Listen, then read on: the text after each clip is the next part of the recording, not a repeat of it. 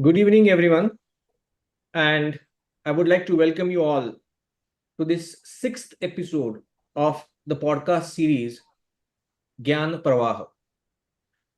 I, Dr. Chaitanya Ganpule, Chairperson of the Endocrinology Committee Fogsi, take the privilege to take you to this through this podcast today.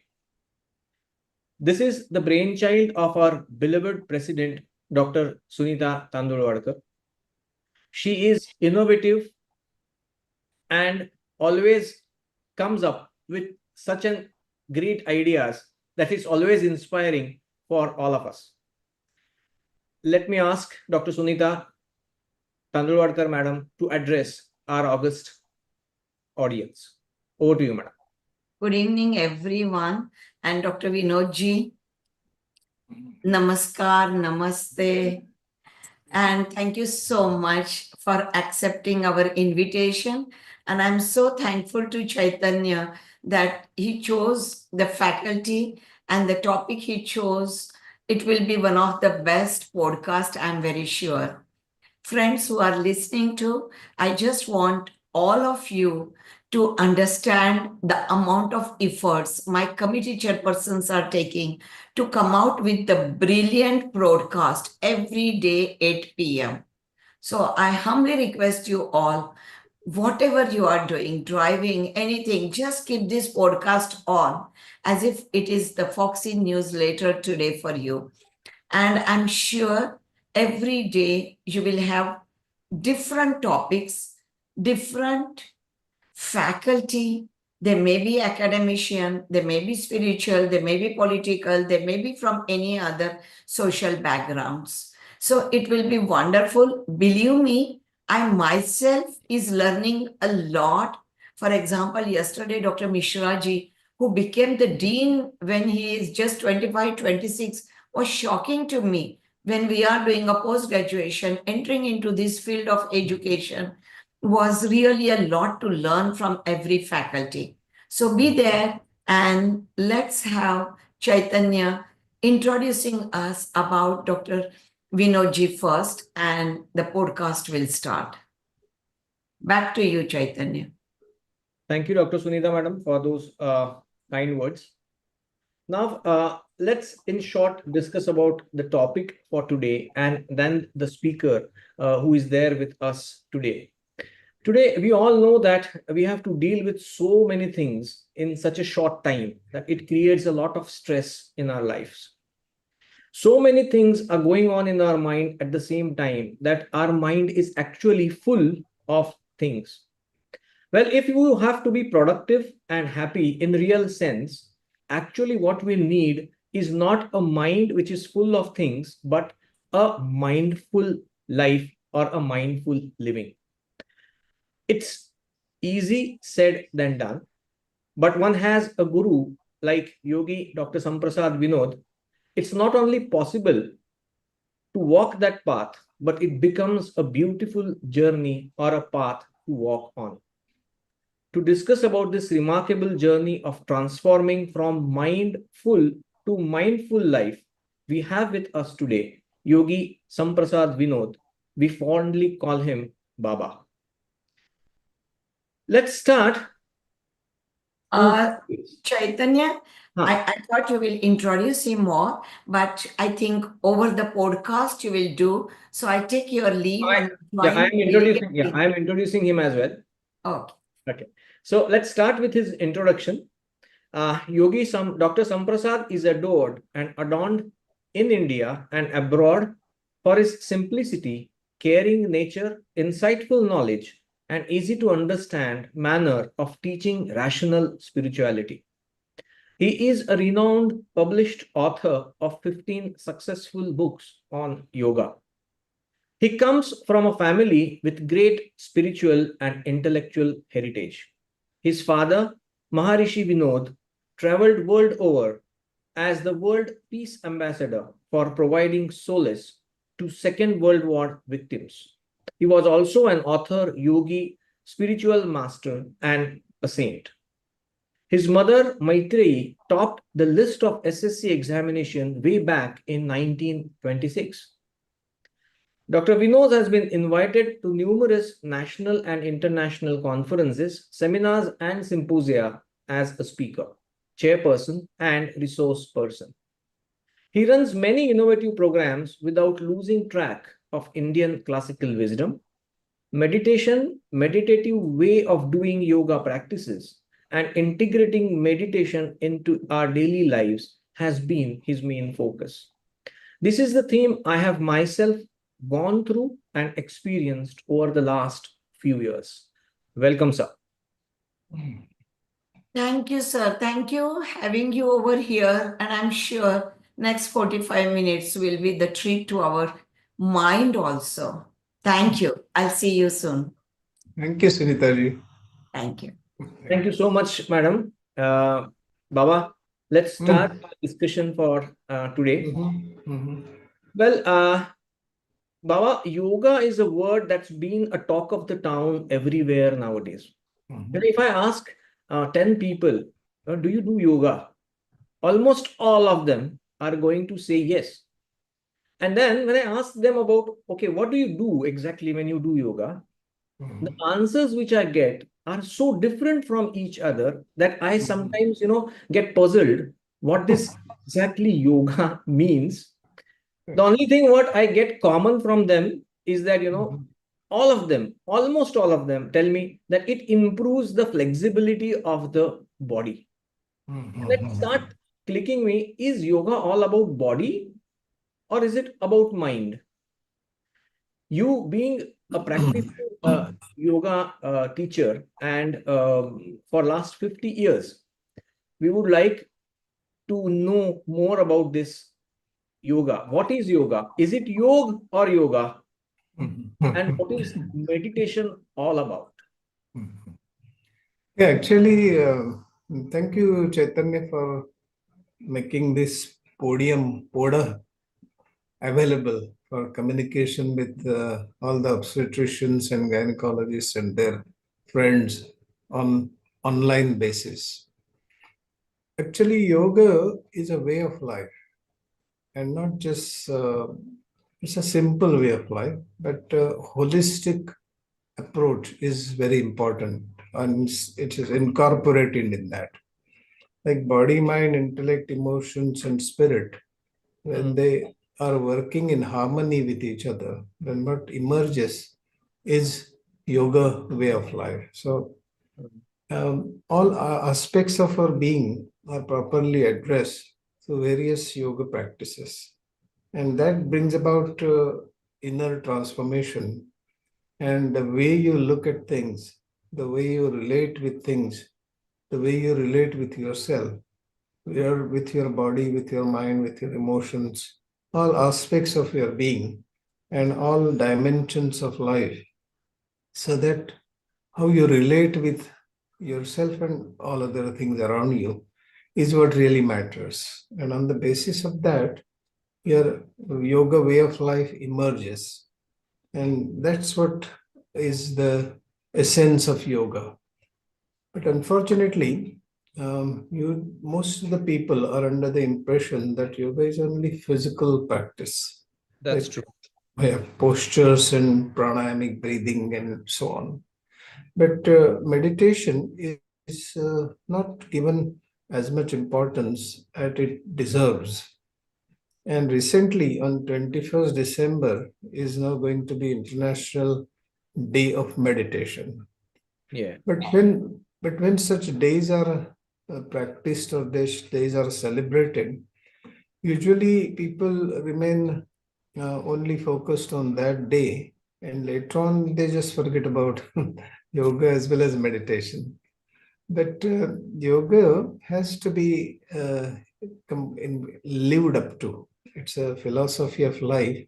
You have to first understand it properly, then try to understand the deeper significance of various concepts that you are talking about, and not just talk about, but digest those concepts, assimilate them, and let them manifest in your daily living.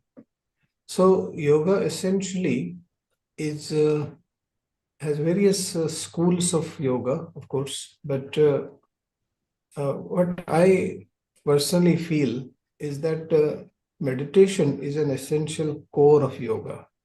And if you practice meditation, or you understand what meditation is, and then you go deep into meditation and also bring meditation into your yoga practices, then you kind of prepare yourself for integrating meditation into daily living, because our daily living is nothing but series of physical, mental, emotional, intellectual activities.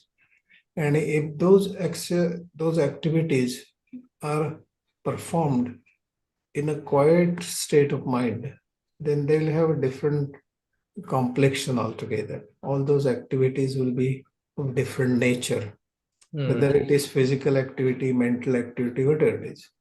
But it has to emanate from your inner peaceful state, which is what you experience after going through proper meditation. So, meditation helps you to let your mind become completely settled, completely silent. And I'm using the term letting your mind become silent and not making your mind silent. Because That's if what you you keep on telling me times. and usually people tend to fight with body, fight, and they try hard to make their body flexible and mind free of thoughts. And it takes quite some time for your body to become flexible. But more than that, or along with that, what is important is mental flexibility. If your mind is flexible, then you're adaptable, adjustable, and you can accommodate yourself with any situation and handle the situation or steer your way out of troubles in much peaceful manner. And as you rightly mentioned in the beginning, that we are in the modern times, we are surrounded by problems and problems and problems all the time, with various kinds of problems. So nobody is free of problems and nobody is free of stress. Everybody is going through the same state of being, and they're facing innumerable problems. So what is important is to prepare yourself to meet the challenges of life, daily challenges. And for that, you need this approach, this theme, meditation, meditative way of doing things, doing the yoga practices, and integrating meditation in daily living. So that with meditation, you experience the silence of mind, and you learn how to maintain that silent mind while doing yoga postures, and then take it into daily living. So it becomes a rational approach, and not very easy, but you have to be doing it daily. Daily doing is very important, because that helps you get that concept inculcated and imbibed and settled inside you, so that it starts manifesting in a natural and spontaneous manner. So basically, yoga and meditation is not just about physical actions or activities, but it is also something to do with your mind. Right. And the concept behind doing this yoga or meditation needs to be understood. So while someone is teaching this yoga or meditation, that person should also be teaching what the concept is, why you should be doing it, and the purpose behind all this, isn't it? And as Yeah. you already said, that it has to be practiced daily and it has to be integrated into our daily lives. I mean, that's the only way you can let it happen rather than make it happen. Yeah, Well, I have been learning yoga and meditation from you for some time now. And what I have experienced is there is a remarkable change in myself when it comes to, a situation. So quite a few times I used to react than to respond. Well, it's very easy. There are quite a few books or podcasts or articles which have been published regarding you should be responsive and not reactive.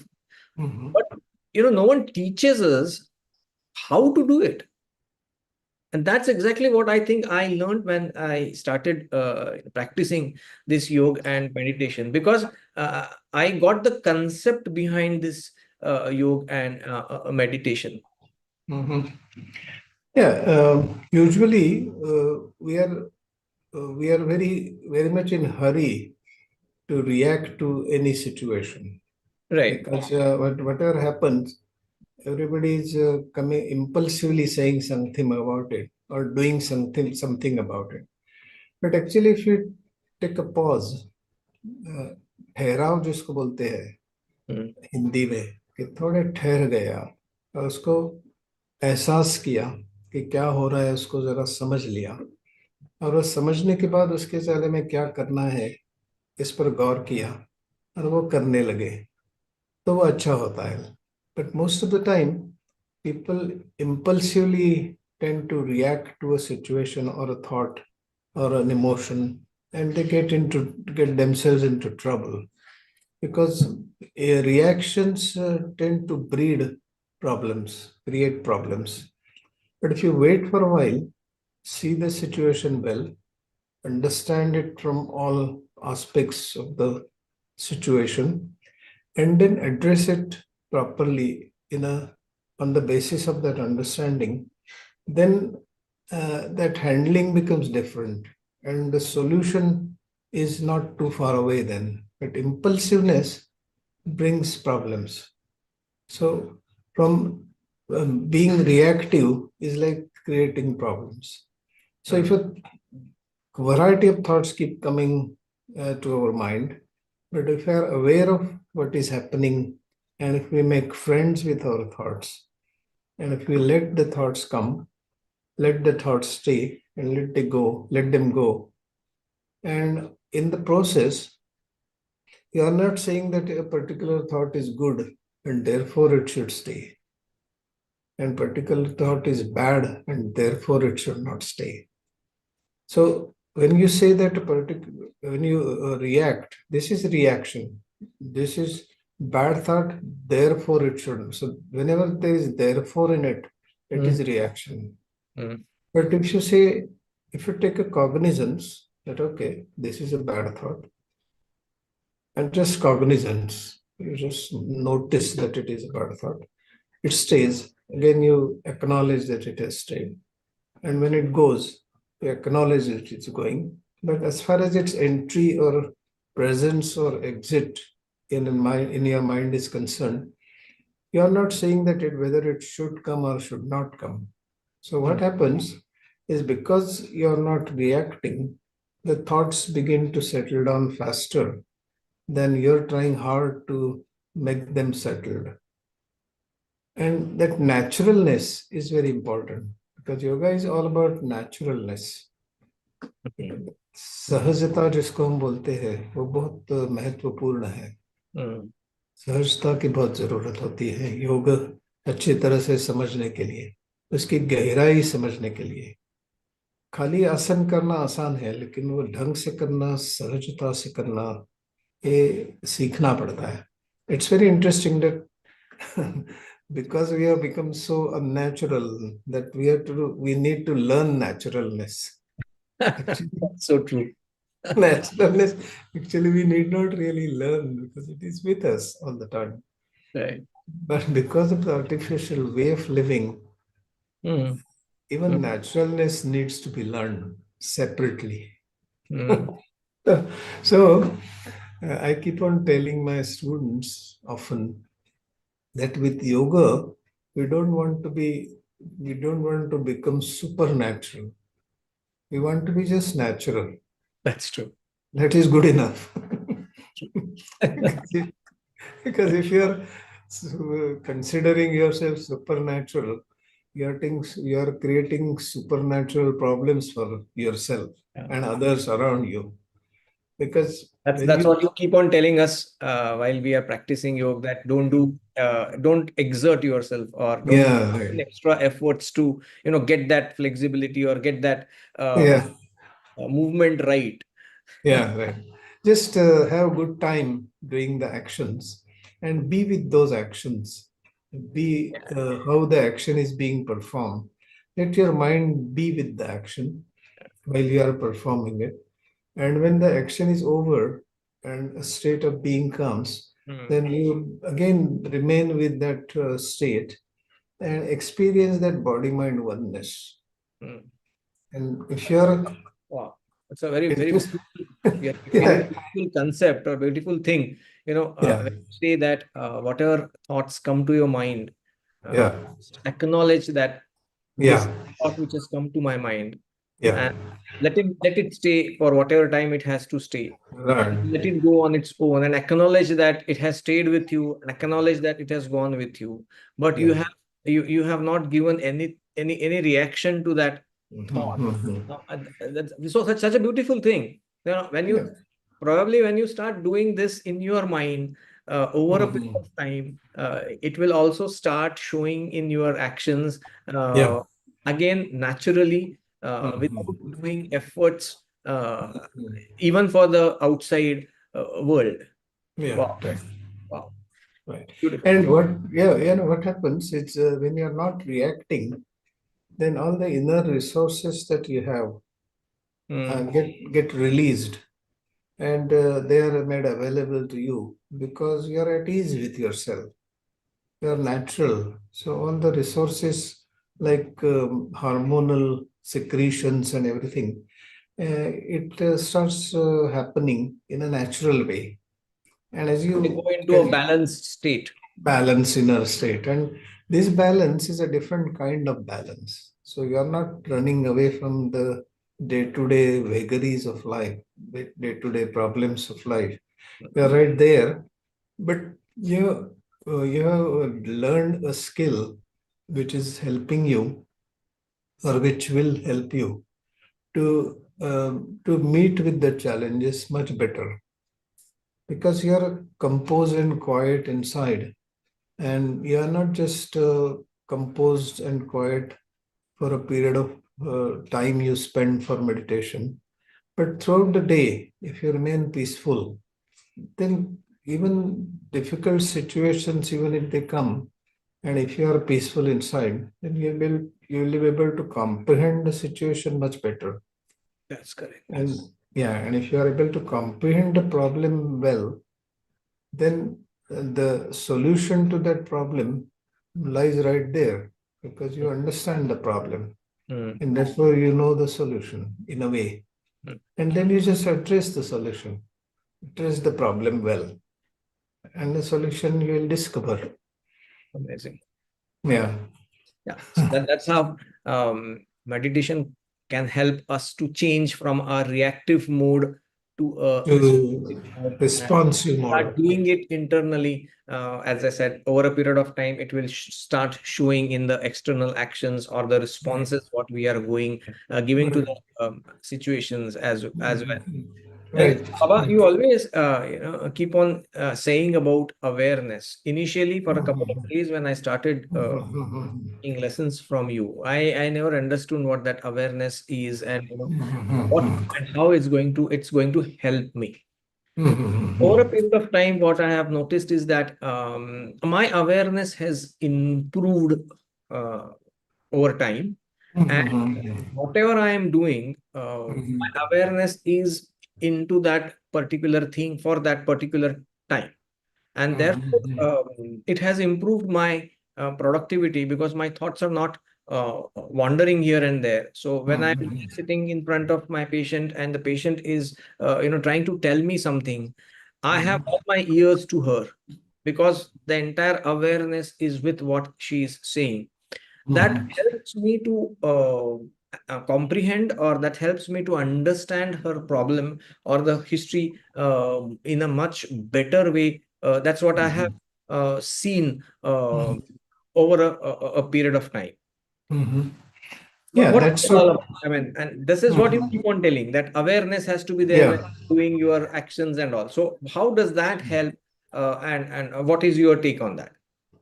Yeah, when when your mind is with your body, when you are speaking, if your mind is with your speech, if you are listening, if your mind is with your listening, so body mind oneness is what we are born with. Mm. Again, we are not creating anything new. Like body, mind, intellect, emotions, and spirit, they're all connected, interconnected. Mm. There are no watertight compartments between them. There So is it's a a free natural flowing. phenomena that they are all connected and they are one. Yeah, they're one, and there is a free flowing consciousness among all of them, which is the uniting force between all those faculties that we are born with. Mm. Like body has an ability to perform physical actions, but it cannot think in the sense mind can think. Mm. Then intellect is a faculty with which we analyze things and come to some conclusion. Mm. And then we send those signals and those directives to our sense organs or our organs of activity, locomotion. And those thoughts and emotions and whatever we have gone through is brought into reality. Mm. But they are all connected. So, this connectedness of all aspects of our being has to be discovered. It is not to be created, it has to be discovered and It's understood. already there, but we are not aware of it. Right. We are ignorant about it. But Ignorant. once you start doing yoga practices in the right manner, then you begin to discover. You start with body mind oneness experience, but later on you begin to stay with your emotions, and again you understand the emotions better. You Mm. understand your intellectual processes better because you're all the time trying to be one with what is going on in your life. Mm. So that oneness between all these aspects of our existence, if they are, if it is discovered, so we are not attaining anything through yoga, but we are discovering something that we are already born with, we already have. Mm. So that discovery of unitedness of all these aspects of our being actually results into giving you the right approach and right attitude and right relationship, how to build right relationship with yourself and others, because you experience through this integrated wholeness. Mm. You start with body That's mind oneness, beautiful, beautiful concept, beautiful idea. but eventually you begin to discover the interconnection between all aspects of your being. And Right. once that is discovered, I'm using the term discover because it is already there. We are not aware of it. So, through awareness of bodily actions, awareness of thoughts, awareness of emotions, awareness of whatever is going on in your life, all the time if you're aware, that means you are present there. Mm. You're not somewhere else, and body is doing something else, mind is doing something else, Mm. emotions are somewhere else. So it's not like disintegratedness, but it is wholeness. That's what you are experiencing. Through yoga practice, it becomes more apparent, more visible, more perceptible, more comprehensible, because you are right there. Whatever you are doing, you are right there. And you are experiencing, going through the actual experience of whatever is going on. So that experiencing is the key point, because that's where yoga separates itself from yogic exercises, Mm. because you can put on that headphone, listen to music and do the yoga and do the exercise, physical exercise, but that's not true with yoga. Mm. Yoga, you have to be there with your body, with your mind, with your emotions, as I said. Mm. And if you're friendly and playful with your body as well as mind, then you develop a good rapport with body as well as mind and emotions and whatever is happening inside you and around you. If you relate with it well, then you understand it better. And friendliness and playfulness are the most fundamental features that keep you away from stress.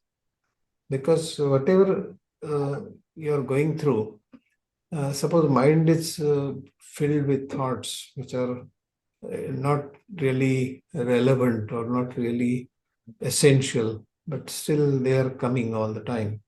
And if you're friendly, and friendly means you're trying to understand what's the basis of those thoughts. If you're in the process of discovering what is lying behind those thoughts, which has triggered that thought, then you begin to understand yourself better. If you understand yourself better, I mean, shall we say, limited self level, that means which is governed by your I-ness or ego. So that's our one aspect. And there's another aspect of our being, which is governed by our true self or the Atman within us, or the energy principle, all pervasive universal energy principle, a portion of which resides in us. If we are aware of both aspects of our being, one is changing and one is not changing, and if we are able to see the relationship between them, understand the relationship between our changing self and non-changing self or eternal self, then that is like bringing two different dimensions together and uniting them together. And wherever there is union, there is yoga. Wow. So that's it. It's a huge topic, come to think of it. I know. So just we have been saying that we should have this silence of mind, or Yeah. have a calm mind. Mhm. But I always have this question in mind, that can silence of mind go hand in hand with our work related thoughts? I think it can go, because a silent mind is not like losing ability to think. Hmm. In fact, when you experience profound silence of mind, then it is like providing profound rest to your mind. And when it is rested, it gets refreshed and rejuvenated. Hmm. And that would help you handle things at mental level much better, because mind is rested and rejuvenated. So it will serve the purpose better. Okay. You have been teaching Swananda Sahayoga Sadhana for several years now. Yeah. That concept, what you have proposed and built that entire concept of Swananda Sahayoga Sadhana. Can you explain that concept to us, and how does that help us in our day-to-day practice, and what are the benefits of? Yeah, it's a very profound concept. It essentially means that you're happy with yourself and within yourself. That means Swananda. That Wow. is Swananda. Happy with yourself and within yourself. Within yourself. That's a very, And very big concept. and when you are really happy with yourself and within yourself, and you experience that profound happiness, then the natural consequence of that state is that you strongly feel like sharing it with others, not teaching others, sharing it with others.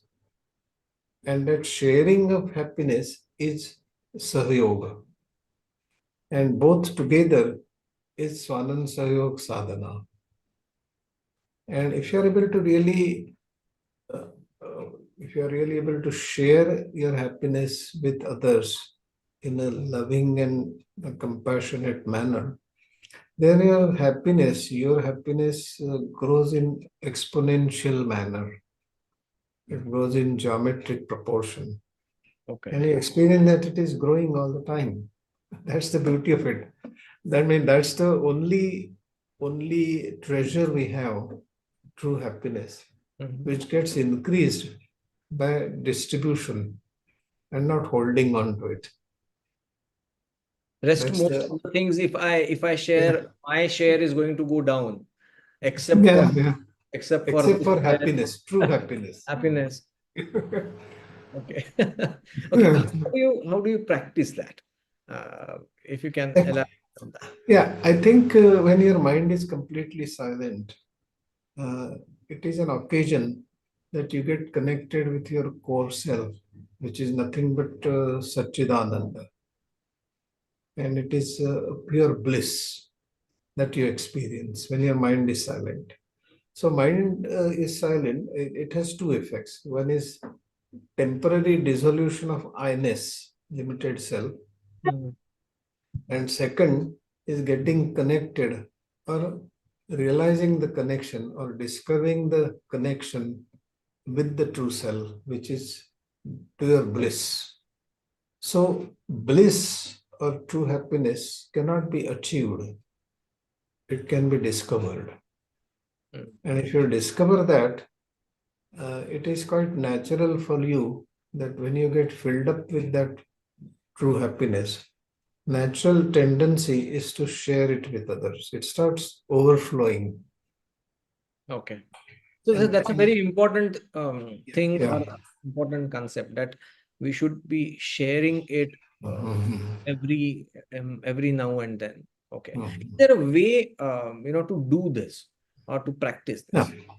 Yeah. So the important thing that one has to learn is to how to let your mind become silent, which takes place through meditation.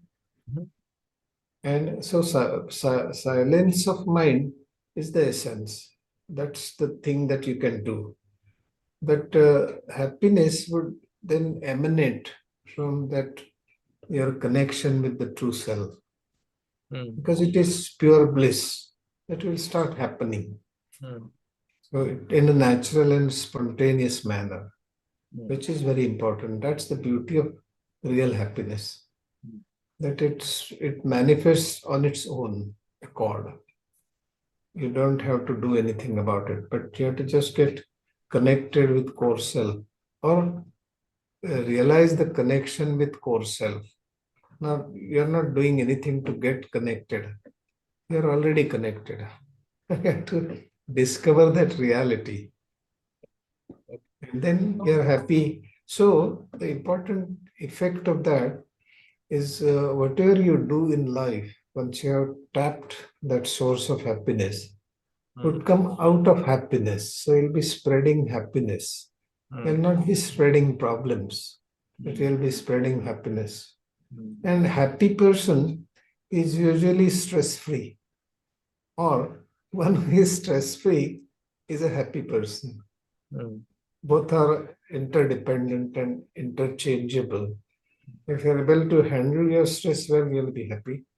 But I would suggest that silence of mind will take you to the true bliss, and mm, that will give you a tremendous inner strength along with inner peace, because peace and strength, when they go hand in hand, then life becomes easy. If you're only peaceful mm, and lacking strength, then that may lead to lethargy or laziness.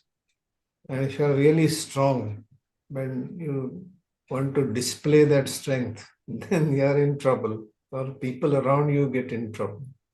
But if your strength goes hand in hand with peace, then these problems are not there. So, what I'm coming to is if your mind is quiet, and if the actions are coming out of that silence, then those actions have a different flavor, different complexion than mm, otherwise. mm, So, what you had mentioned in the beginning, that it's a peace of mind or silence of mind can go hand in hand with other activities that you perform. Um, it can definitely happen, because silence of mind will make things clearer to you.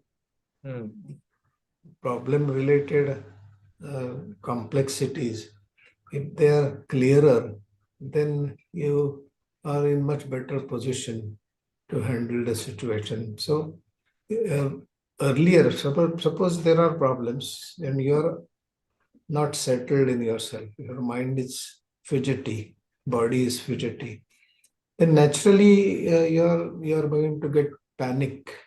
Getting panicky is going to add to the problem, becomes more difficult to handle.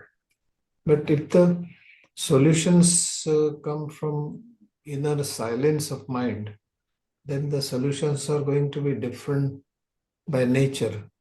Because if you're friendly with the situation, with the person with whom you have some, say, discrepancy or some dispute, and if you're sitting next to the person and trying to understand what his approach is and what his actual problem is, and your willingness to understand the person sends a signal to him or her that here is a different kind of person is giving due hearing to me, Wonderful. listening to my problem. And if you find somebody who is carefully listening to your problem, half the problem is sorted out at that level itself.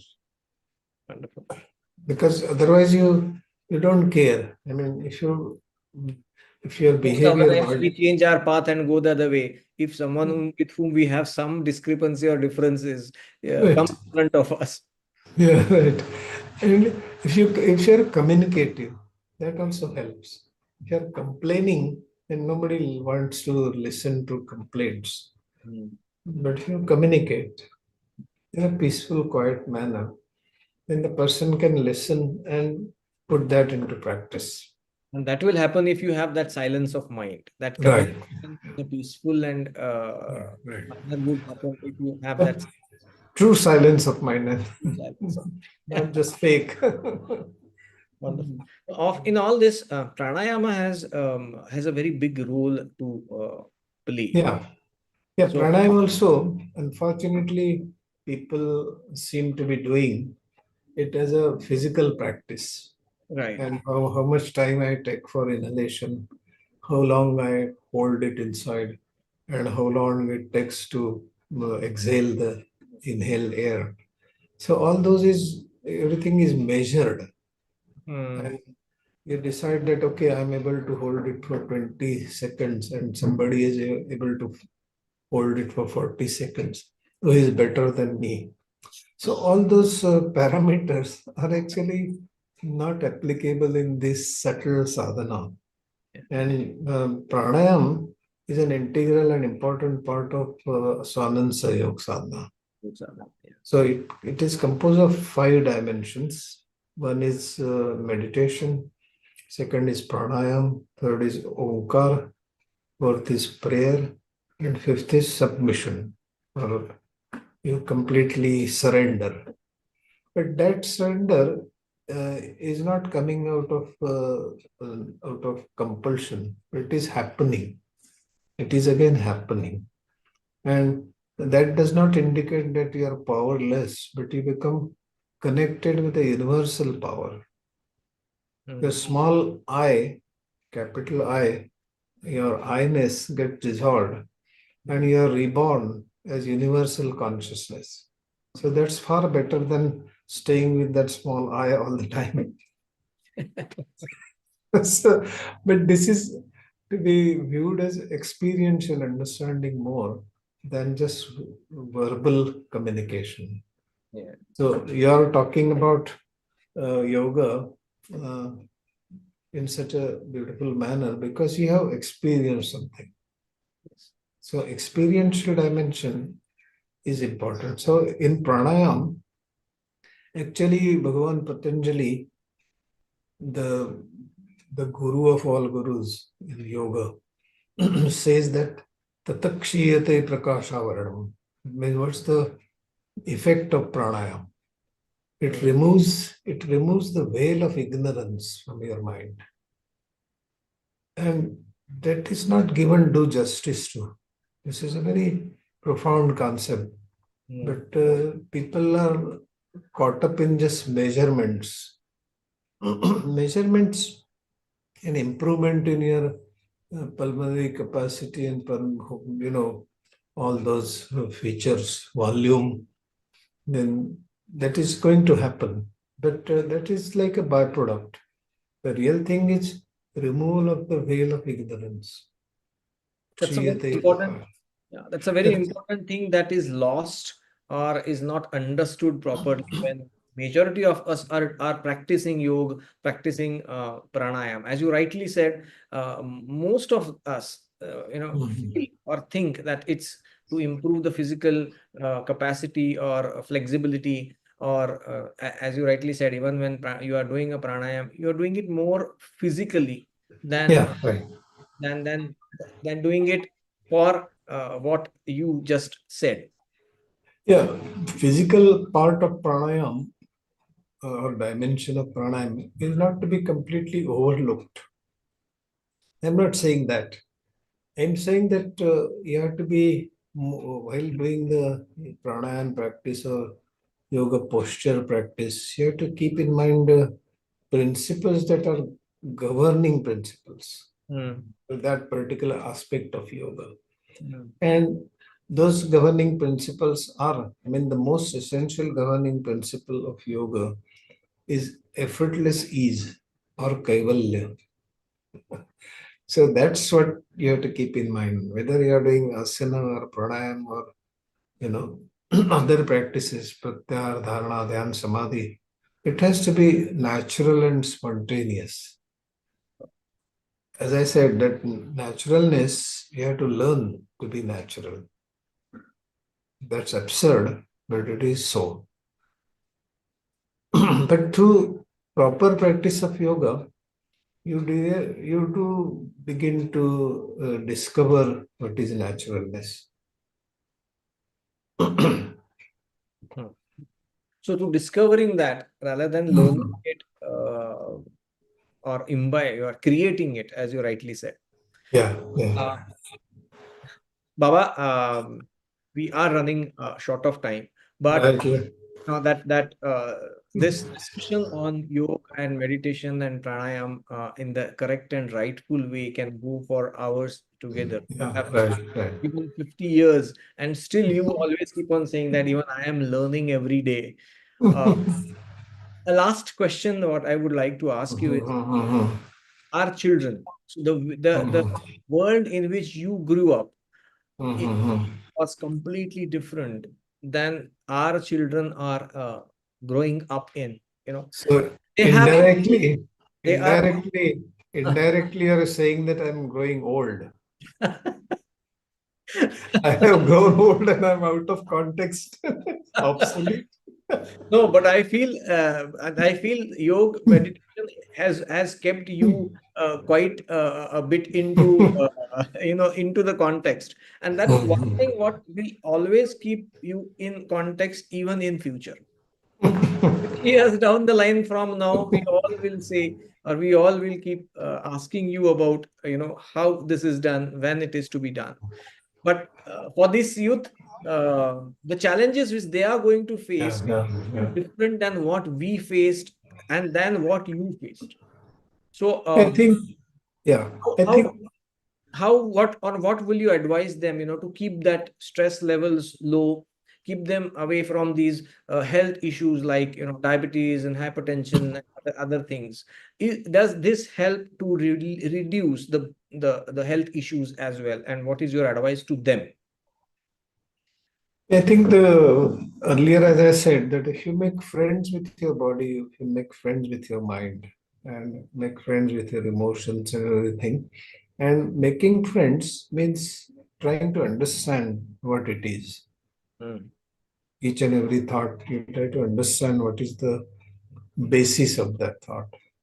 What has happened in the past that has resulted into a thought that is that keeps on coming all the time, or related thoughts are coming. But if you are friendly and if you begin to understand and discover the truth behind those thoughts, similarly, truth behind the emotions, just being friendly with them, that should help a lot. Because that's what I have been doing. And I mm, have been sharing with others who learn from me that make friends with everything. make friends with, and be playful. Don't Such a take things profound too, thought. don't take things too seriously. You have to be sincere, but not serious.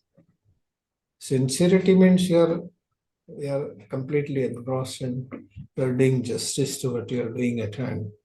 But not you're not casual.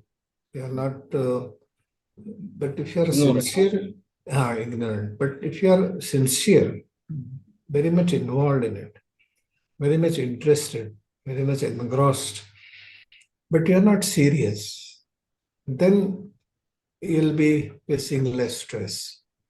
So for that to happen, as you would agree, because you have a good academic career and also you're doing well in your practice too, that you enjoyed your studies and therefore marks came as a byproduct of that study.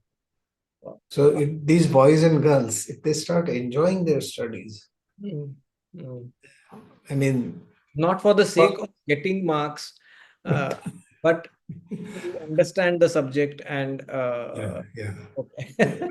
म्हणजे अगर ज्ञान हो जाता है अच्छी तरह से तो फिर कॉन्फिडेंस तो अपने आप आ जाएगा और रिजल्ट्स भी अच्छे आएंगे ही उसके लिए बहुत सारे कुछ बाकी चीजें करने की जरूरत नहीं रहेगी Mm, mm, because you're deeply interested in gathering and understanding the subject well.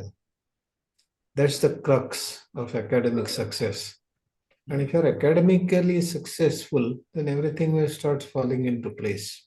mm, Or those who are not much interested in academics, if they know themselves well, if they know their limits as well as abilities, and if they stay within their limits, then also they will not create stress for themselves. mm.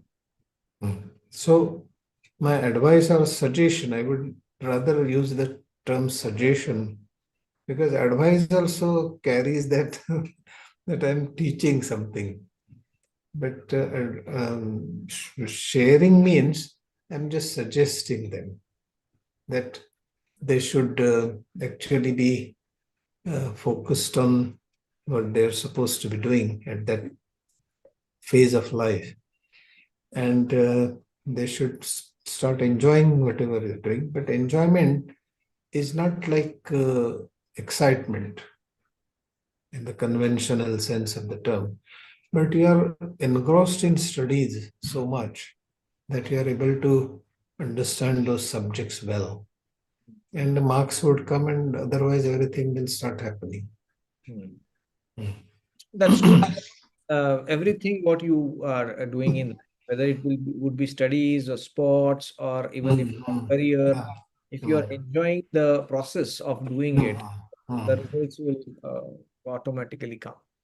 Yeah. Yeah, such a profound thought. Baba, thank you very much for being here today and sharing your experiences and the way how you should be practiced, how meditation should be done, and how it helps us, each one of us, in building up those relations with oneself and with the others. Well, I find this thought such a uh, big and profound thought that if we can change the relationships between amongst us, and if that is done by each and every individual on the world peace would not be a far-fetched dream. Yeah. With this note, I think let's stop here for today. And once again, on behalf of me, our president, Dr. Sunita Tandulwadkar, and the entire Foxians, would like and would are grateful to you for being today on this platform. Thank you so much. Thank you and namaste, everybody.